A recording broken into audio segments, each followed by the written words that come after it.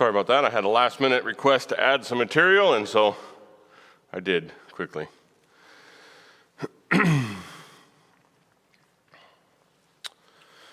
Well, welcome to class number 14. We are this morning going to start our introduction to the book of Judges. As we've been saying, this class will cover Joshua, Judges, and Ruth, and so we have completed the book of Joshua, and now we are ready to move on here to the book of Judges. And actually, I didn't teach a ton during the book of Joshua, and same is going to be true for the book of Judges and Ruth, actually. Currently, I'm scheduled to take the last 6 or 7 classes or something like that, just because they weren't quite as scripted by, or confined, I guess I should say, by scripture, actual scriptural verses, so I tend to try to take those harder classes to find. But, of course, the book of Joshua, as I think you all know, I mentioned, is perhaps my favorite book in the Bible, just because definitely Joshua is one of my favorite characters. And we're going to see that a little bit again this morning, just because some of the things that the book of Judges talks about with him.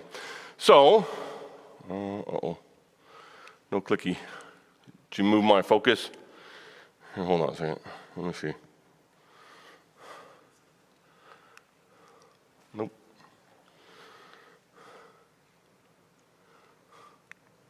There we go. Thank you.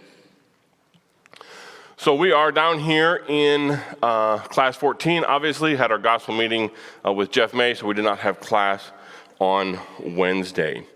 So when we look at the book of Judges, anybody, hopefully, if you had your outline, you would have read at least the first couple chapters for this morning. Did anybody notice some familiar language in the first couple of chapters of Judges that we had in Joshua? If you didn't, you should have, okay? Because really, Joshua just rolls right into the book of Judges here.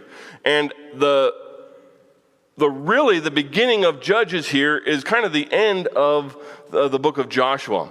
In fact, many of your Bibles probably have the heading, the continuing conquest of Canaan, or something like that, at the beginning of Judges chapter 1.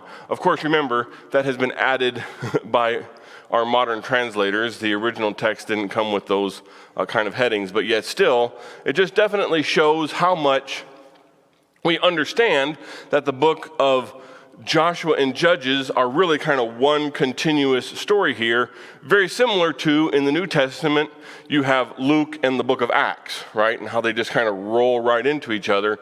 These two books are almost identical in that same way, okay? In fact, because of that, sometimes it can be confusing to us in chapters 1 and 2, especially after we've just gone through the story of Joshua, which perhaps in the Old Testament may be the most chronological book of the entire Old Testament. There really does not seem to be any jumping around in time. It just literally says what happened next, what happened next. And then all of a sudden we get to Joshua, seems like it's going to be the same, we get to Judges, and it seems like it's going to be the same thing, but right away we see some time jumping. So in chapter 1, Judges 1 verse 1, the book begins with, after the death of Joshua. But yet for the rest of chapter 1, what is true about Joshua? Yeah, he's still alive, right? For the events, the rest of chapter 1, he's still alive. Because he doesn't die in the book of Judges until chapter 2 and verse 8. Okay, where it says, and Joshua the son of Nun, the servant of the Lord, died at the age of 110 years. So wait a minute, how does that work? How do we have him after the death of Joshua, these events happened, but then after some events, then he dies? It's kind of strange here. Remember that the first 2 chapters of this book, they're just an introduction. Very similar to what we would typically do. Now, I'm not going to do it because we just had 2 classes of review over the book of Joshua. But typically, we would kind of start out with, okay, where have we been? Now, let's continue the story. So the author of the book of Judges does that same thing. he starts off with some very familiar material at the end of the book of Joshua, and then is going to continue the story from there. It's also important to remember that they're not necessarily in order. In fact, there's a lot of discussion about, are even the judges actually in order chronologically? We don't really know for sure if that's the truth or not. So really think about these first two chapters, about the preface of the history section that's going to come in the rest of the chapters of the book here, okay? And it is important here that as we look through there, we're going to see a bunch of parallel passages, okay? Specifically, Joshua chapter 14, verse 6 through chapter 15, verse 63, and Judges 1 through verse 21 are going to be almost identical. They tell the story of Caleb and the tribe of Judah, and Simeon tags along in the book of Judges here.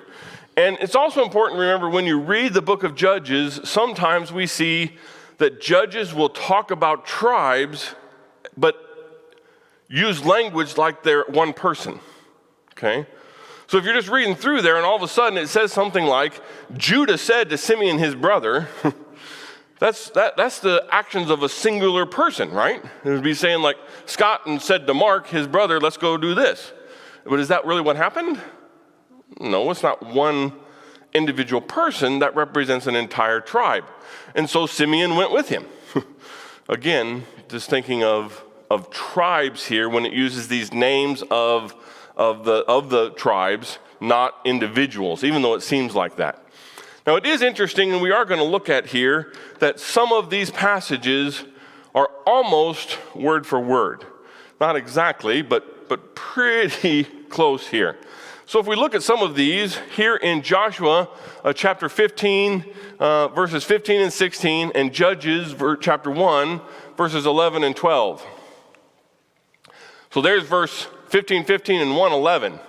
From there they went up against the inhabitants of Debir. The name of Debir was formerly Kiriath Sefer. And if you read that in Joshua, it's almost the exact same thing.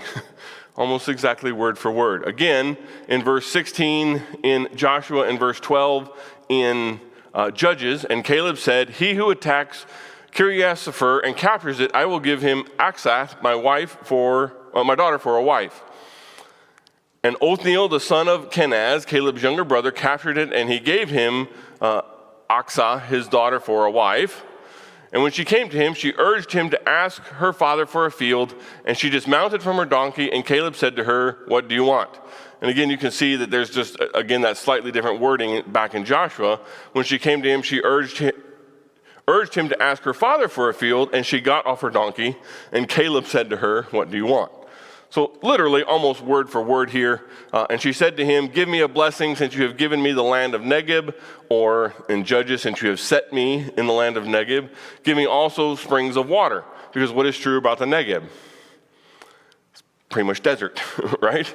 So since you've given me this really desert territory here, give me some good springs where my family and my flock can go get some water. And Caleb gave her the upper and the lower springs.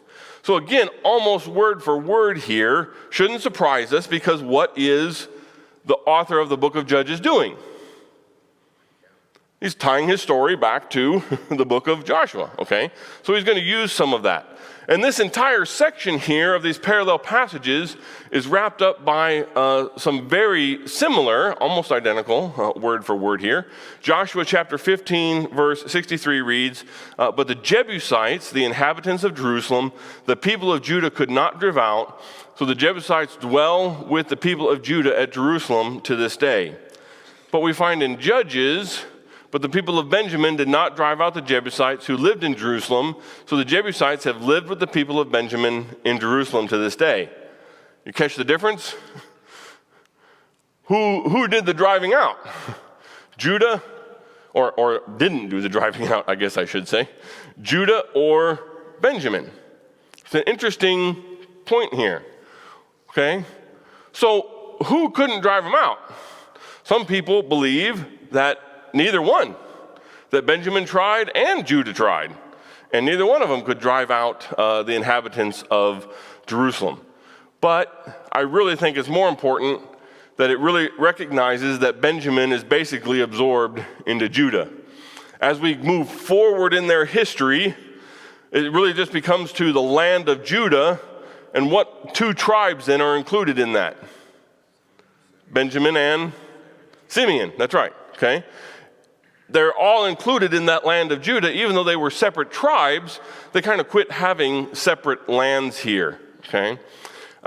It's also interesting that they were not able to drive out the people in Jerusalem once, but we're going to see that they actually do finally do it here. Because beyond that, the book of Joshua, this should say Judges, provides some more details here. Not Joshua, this is the book of Judges provides some more detail. Of course, the joining of Judah and Simeon.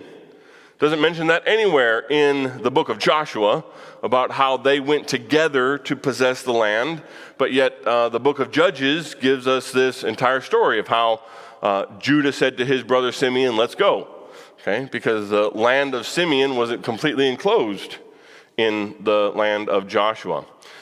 We find the fate of this guy, Adonai-Bezek, one of the kings of the land here. They capture him, they defeat all of his armies, and they cut off his thumbs and his big toes. Yeah, that's kind of nasty. Pretty debilitating, right? You know, no thumbs, it becomes really hard to pick up anything. And no toes, no big toes actually. I don't know this, but I've been told that like really makes it hard to walk if you lose your big toes. That's your primary stabilizing toe, I guess. So why did they cut off his thumbs and toes? Anybody remember? Yeah, that's right. That's what he did to other kings. In fact, he says, hey, when I was king, I had my table, and there were 70 other kings who I cut off their thumbs and their big toes, and they crawled under my table getting scraps. And now God has done to me what I did to them. So really kind of emphasizes that there. And then, of course, we see in the book of Judges that Jerusalem itself is finally captured. In the book of Joshua, it says a couple times that they were not able to take Jerusalem, and the Jebusites still lived there. But toward the tail end of this section here in Judges, I keep messing that up. In the tail end of Judges, it says that Judah actually was finally able to go up to Jerusalem, drive out their inhabitants, capture the city, and set fire and burn most of it down. So it's going to have to be rebuilt there. Then, just like we see the book of Joshua ending up with the death of Joshua, the book of Judges is going to have that in its entry here. So that death of Joshua is found in both Joshua and Judges.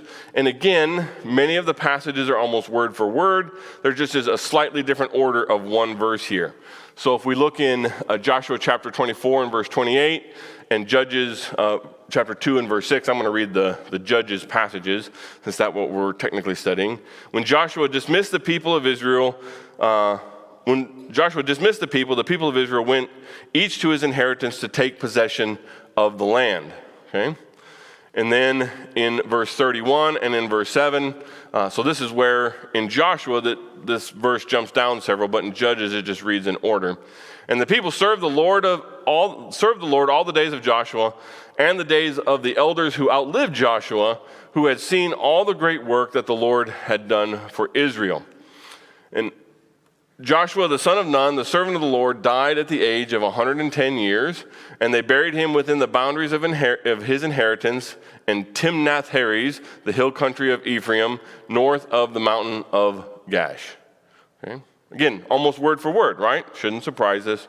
It's just retelling that story there.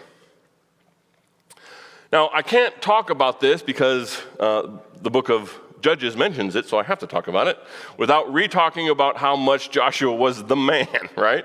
There's a reason he was my favorite guy, and one of those is just another great statement that we have here. In that chapter, Judges chapter 2, verse 7, and Joshua chapter 24, verse 31, starts out there, and the people served the Lord all the days of Joshua. That's an amazing statement. That may be a more amazing statement about Joshua than all of the other great things that we learn about him, and his faith and the things that he was able to do and the mighty works that he was able to do in God's name. Even perhaps the great statement of where he commanded the sun and the moon to stand still and the Lord listened to the voice of a man. This really tells us a lot, because in some ways this tells us he was better than Moses. Remember what people had promised at the very beginning of the book of, actually at the end of the book of the end of the book of Deuteronomy, the beginning of the book of Joshua. Remember what the people had promised? They were going to follow the Lord, but they said, we'll follow who? We'll follow you. That's right. Remember they said, just as we obeyed Moses in all things, so we will obey you. And several of us teachers have mentioned, I don't know that I would be really encouraged by that if I was Joshua. Because how well did the people of Israel actually follow Moses? Yeah, they weren't happy about it a lot of times, and they only continued to do it after God killed thousands of them, right? They revolted, they didn't want to do what he said, and several times they tried to kill him and to replace him with other leaders, and God had to step in, and then Moses intervened to keep God from killing them. It was just this constant battle relationship here, but yet we don't see that with Joshua. It seems like this new generation that was raised during the wandering and had seen these things at the miracles there at the crossing of the Jordan. And when they said, hey, we're going to obey you, it seems like they actually did it this time. So whether that was because they finally learned their lesson or because it just says something about the state of Joshua, I think it says a lot about Joshua's leadership and how much he was able to keep them on track here. I just think it is a great statement about him and some of the things he's able to do.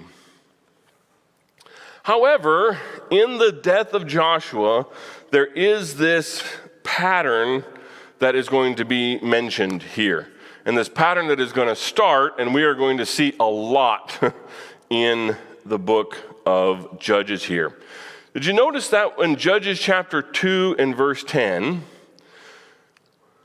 where it says, and all that generation were also gathered to their fathers. What generation? The generation that was alive when Joshua was the leader, right? These are the people who followed the Lord the entire time that Joshua was the leader.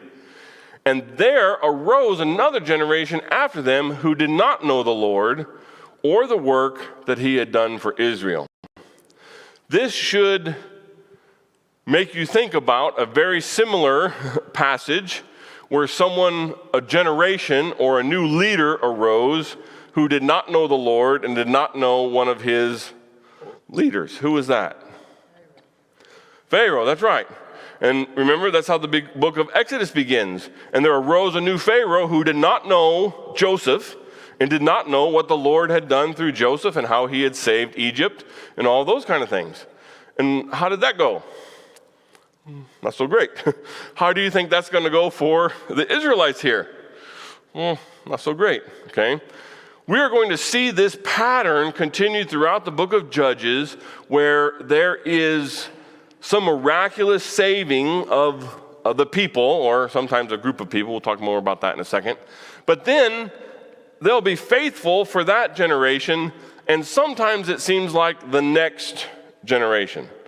So it'd be similar if I had seen those events, and then my children were also faithful, but my grandchildren, who now are only hearing about those events through stories, they didn't actually see them, what typically happens to them in the book of Judges? They fall away, okay? And of course, we'll talk more about this on Wednesday when we actually get into what is this, the cycle of Judges, and how does it work, and those kind of things. That's one of the things we'll cover on Wednesday. So now that we've covered the parts of the book of Judges that were really just the exact same thing that we read in the book of Joshua, let's really start preparing ourselves to talk about the book of Judges, and we're going to put some of this in context as we go through here. It's important to remember when we think about Judges, we don't study this section a lot, mostly because some of the language is kind of scary here, to be honest with you. There's some parts in there we think, why in the world would God have that in Scripture?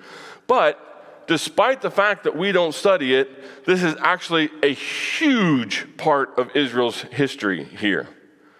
When we talk about time, it may be the largest period of Israel's history. So we think it could be anywhere between 350 and 450 years. We're not exactly sure why, exactly sure how long it takes here. And the reason is because of several things here.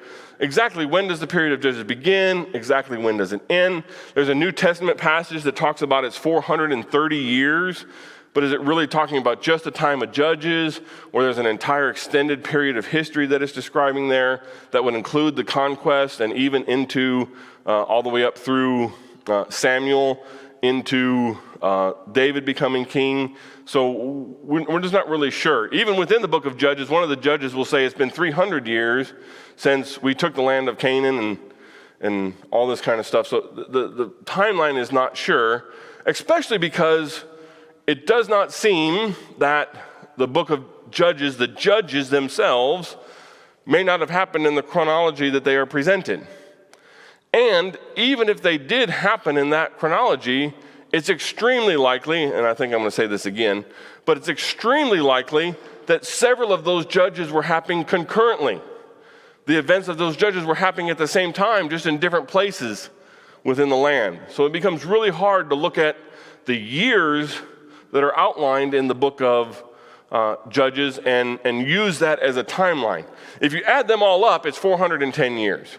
If you look at the book of Judges and include Samuel, which we should, he's the last judge, even though he's not included in the book of Judges. But if you add all that up, it's 410 years. But again, it doesn't necessarily seem like we can just use that as a guide here. But still, let's compare that to other sections of their history. First of all, think about even our history. This year is 245 or 285, 200 something 5 years. Our country has been in existence. So way longer than that. Abraham to Joseph was only 200 years. The time they spent in Egypt was about equal, about 430 years. The United Kingdom, the height of their glory, only lasts 120 years. And then once they divide, the kingdom of Israel in the north only lasts 208 years.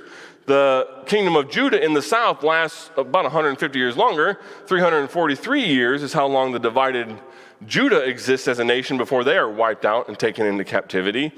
And then even the captivity. From the captivity of Judah all the way through the return, through the rebuilding, all the minor prophets, all the way up to biblical silence, the end of the Old Testament, is only 187 years. So even though this is only one book that we don't study very often, it represents a massive period of time in their history. Okay, that's important for us to remember here.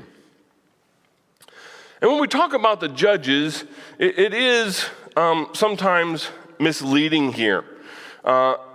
It's not part of the judicial system. Many people, when you talk about the book of Judges, they will make the mistake of reading. How do you make it to battle without your sword? I love my Bible. They make the mistake of reading Exodus chapter 18 and verse 21 and 22. This is where Moses sets up judges for the people. I can't quote it word for word, but basically God tells him, you can't handle this all on your own, right? Remember? Go and find certain men who are trustworthy, they're honest, they're not susceptible to bribes, if I remember correctly, is the language used there. And you set them up, select men from every tribe, and you set them up as their judges. You let the people take their problems to them, and then if they have big problems, those judges should bring it to you. It's not the same here, okay? Even though we see these judges mentioned again by Joshua. Joshua chapter 8, verse 33, and Joshua chapter 23, verse 2, he mentions part of the leadership of Israel are the elders and these judges that have been appointed by Moses. That has continued all the way down through. But that is not the same group of people that we are talking about here in the book of Judges, okay? Well, so who were they then? Mostly, judges are just common, everyday people, which in Israel almost always means a farmer. So they're mostly just common, everyday people who God calls to step up. There is a need for someone to lead the people, to save his people. In fact, sometimes the term judge could probably be better stated in their role as redeemer, right? Or savior. They're the ones who come in and are going to save them from the oppressor that they are underneath, which I don't want to get into too much of that. That's going to talk over what we're going to talk about on Wednesday. But they are not typically already people who have been set up as leaders. Some of them already were, but all of them eventually become military leaders. Whether they were the most humble of beginnings, actually what God is going to do is he is going to just work through them, and they are going to lead sometimes great armies, sometimes just very few number of people. Sometimes God is even going to say, so that my power shows, you send some of those soldiers home, right? And we're just going to fight with a fewer number of people because he wants them to rely on him, not on their own strength. It's also very important to remember that they were locally important people, not nationally important, okay? Just the nature of the period of Judges, there are only certain tribes affected by each of these cycles. They only happen in a very small geographic region compared to the entire nation having to go through something. So these judges were not people who saved the entire nation. They really only saved the small section that was under oppression at that time. And of course, they had various degrees of influence. Some of the judges we know almost nothing about because what do? God raises them up, they defeat the enemies, and they go back home. And they just go back to being a farmer or cook or who knows what else they were doing. Because we don't know, right? They were just a common everyday person who God called to step up and help his people, and then they just go back to being who they were. However, some of the judges, they use this opportunity to kind of set themselves up, right? Think about Gideon, who of all of the judges should have been the one who should realize, I didn't do this, God did this, because he's the one who's told send some of his people home, right? But then he gets back and what does he do? Oh, I'd saved you, blah, blah, and all this kind of stuff, right? And he tries to set himself up almost as a king here. So the amount of influence they had on not only just a section, but let alone the entire nation of Israel, really, it doesn't stay as it goes all the way through. And then, who were they? Here you go. Othniel, Ehud, Shamgar, Deborah, Gideon, Tola, Jair, Jephthah, Isban, Elon, Abdon, and Samson are the 12 judges that are mentioned in the book of Judges. Of course, who do we have to add to this? Even though he's not in the book of Judges, he was really the last judge. Samuel. That's right. Okay. All right, I'll leave it up there. Okay. So, before we really get into the book then, I wanted to talk about a few other things. And, you good, Paula? Okay. You may remember I put this graph up here at the very beginning of class, just kind of talking about some of the other events that were going on. And I know it's a little bit small here, but you should be able to read right over here in this section. This is where we are leaving the book of Joshua, which started there in right around 1405. And again, these dates are, we think, we don't really know exactly for sure. The closer you get to 0, BC, the more accurate our timing gets. The farther back you go, the less accurate it gets.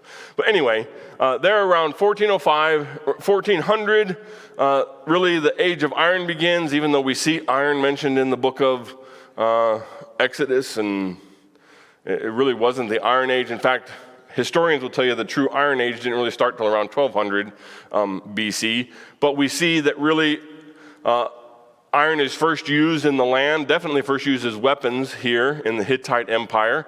And so that Iron Age begins in 1400. 1380, roughly, is when Joshua dies, so the beginning of the book of Judges. Interestingly enough, look at how close that is to King Tut, right? Everybody knows King Tut. It's about the same time that he took over there. And so we're really talking about this period of time that we actually know quite a bit of history that was happening in the rest of the world here. Pretty interesting there. Just one interesting note I wanted to put there, I threw up there around 1400 is when in that Hittite Empire we started using iron. Judges chapter 1 and verse 19 reads, "And the Lord was with Judah, and he took possession of the hill country, but he could not drive out the inhabitants of the plain because they had chariots of iron." So it's a way cool note that the Bible was telling us hundreds, if not thousands of years before historians knew that iron was used as weapons in Israel around this time period. The Bible told us that. But it's also pretty interesting, and we're not going to get into it, so don't ask me, what in the world is this saying? It says the Lord was with Judah, and he took possession of the hill country, but in the plain, the chariots of iron were too much for Judah.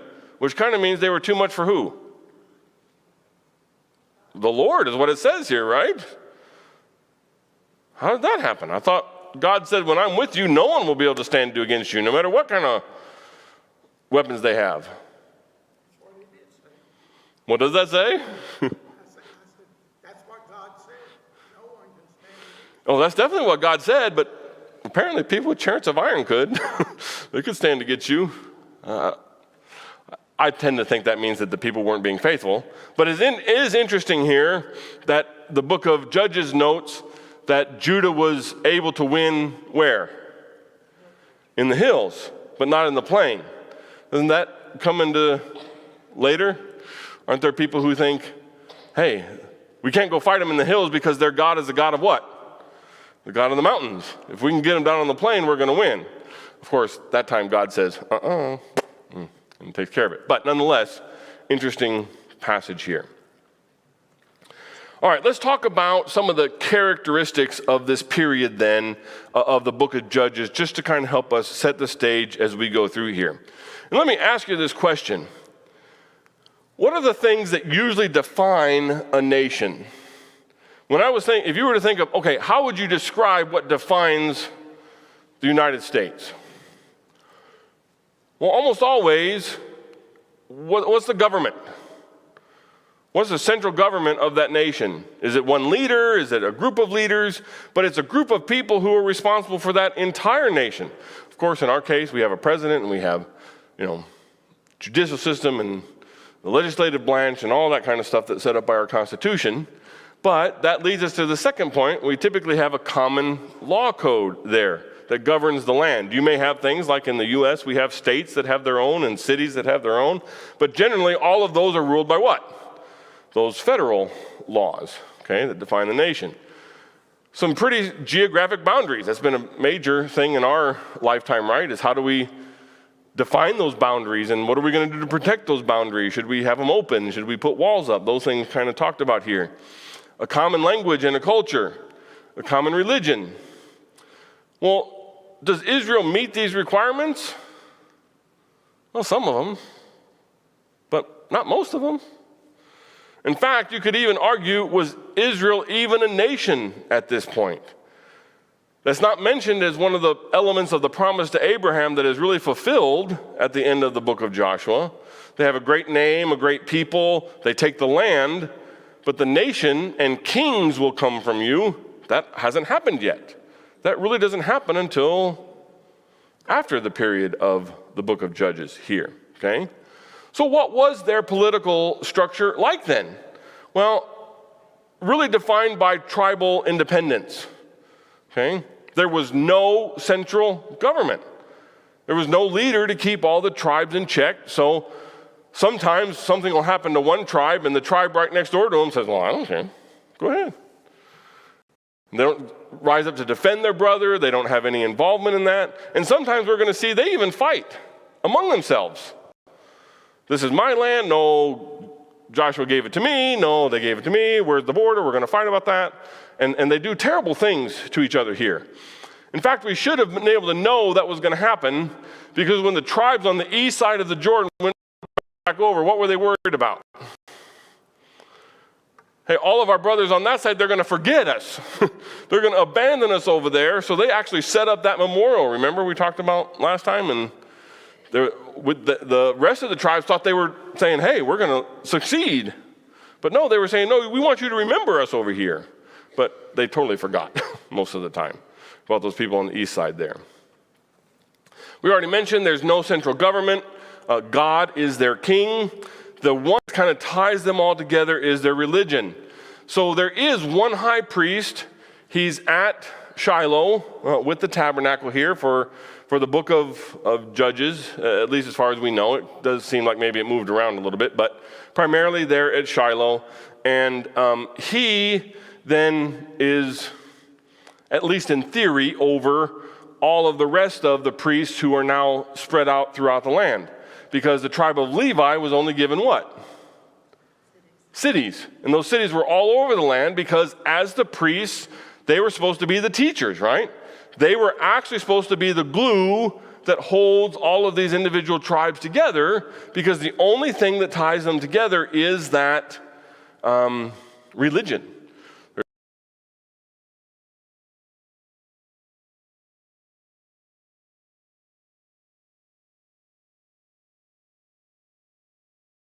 Other nations come in and are able to capture them, or are able to take chunks of it away from them. Sometimes, they have some local leaders who are able to expand the borders a little bit. And even those borders between the tribes are constantly shifting. The Benjamin-Judah one is a great example. At the end of the book of Joshua, it's clearly defined. Jerusalem is in the tribe of Benjamin. But by the time you get to the book of Judges, and especially the end of the book of Judges, Judah. Okay? So even internally, even though by lot, and remember we read those 4 chapters that were kind of tedious and boring about describing where those actual borders were. It's almost like, why did they go to all that trouble? Because as soon as they get into this period of Judges, it all goes out the window. And it's just whatever they could hold on to. Okay? So because of that, there are a couple other characteristics that we need to remember. They are extremely vulnerable from a military standpoint. When they were taking the land, they had the biggest, baddest army. Never mind the fact that God was fighting for them. They still had the biggest, baddest army in the land. The only way the other nations could even have a chance, what did they do during the conquest? Yeah, they had to make this big alliance, right? And they would have to get 5 of them, or 7 of them, or 10 of them up in the north. They all have to all get together and say, maybe if we join all of our people, we can have an army to match them. Because the Israelites just come in with millions of people. And remember that the land of Canaan was mostly like city-states. Okay, so no single army could match them. But that standing army has been completely disbanded, sent home. It's no longer there. Okay. And when it comes, they are unable to withstand. Even some very small countries are able to come in and to become an oppressor of the people of Israel. During this entire time, of course, what's the number one reason why they can't win a battle? Why couldn't they take Ai? God wasn't with them. That's right. Okay, God was not with them, and they were not together. So they're not able to fight hardly anybody here. They went in and said, well, it's not very much resistance there. They went about 3,000. Yeah, they only sent a few. Yeah. They went scurrying away. That's right. And it's important again to remember that these are regional events and regional leaders. Most of the time, in fact, all of the time that we know of, in fact, really only some of the tribes were affected. Some of the oppressors have bigger or smaller areas of Israel that they take over here. No central army is ever raised. Throughout all of the judges, even though some of them will raise somewhat of an army, it's really only from those local people who are affected. There is not one call to all of the people of Israel to come together and to form this great, huge army again. So no central army is ever raised. And again, we already pointed out that it is extremely likely that some of these judges overlapped in their time period there, okay? But we need to remember that God said that the very first house that Judah was going to go in to take care of the lot. That's right. And remember, I've given you this land. Yeah, so Judah is, we'll talk about that in a minute there, okay? So some characteristics of the period is I like to call this the Wild West of Israel's history, just like kind of our Western Wild West period here. You take people who possess a small portion. In our case, we possessed the eastern part of the United States, and as they expanded west, the people are spreading out. They're starting to lose contact with one another. We have a lot of these ideas of dirty heroes. So they're a hero in that they do some good, but were they really good people? No, they're not. They're terrible people, in fact. Just like we would say in our period here. And really it becomes true that people are almost a law unto themselves. Whatever you can get away with, that's what you do. It's pretty much what it seems to be here. In fact, the book of, when we start coming to the idea of why we're going to need a king, what does it say? And in that time, Israel had no king, and every man did what? That's right. Was right in his own eyes. Okay? And really, this is a period of complete moral degeneracy. It starts out, they're doing great. They come into the land, they're obeying God. In fact, it even says the whole time Joshua was alive and the elders who outlived him, what was true? The people follow the Lord. That's right, okay? But by the time we get to some of these stories at the end of the book of Judges, terrible, terrible, terrible, okay? All right, so we're out of time. We'll go ahead and stop there. But we will talk about here, starting out on Wednesday, the idea of occupying the promised land. We'll talk about, I'm just going to preview this, which tribes did and didn't. And then we'll talk about God's reaction to their disobedience, what the cycle of the period of Judges mean. And then we will look at the first cycle. It's only 7 or 8 verses that God gives us as an example or an outline of the entire rest of the book. So we will do that on Wednesday. Thank you.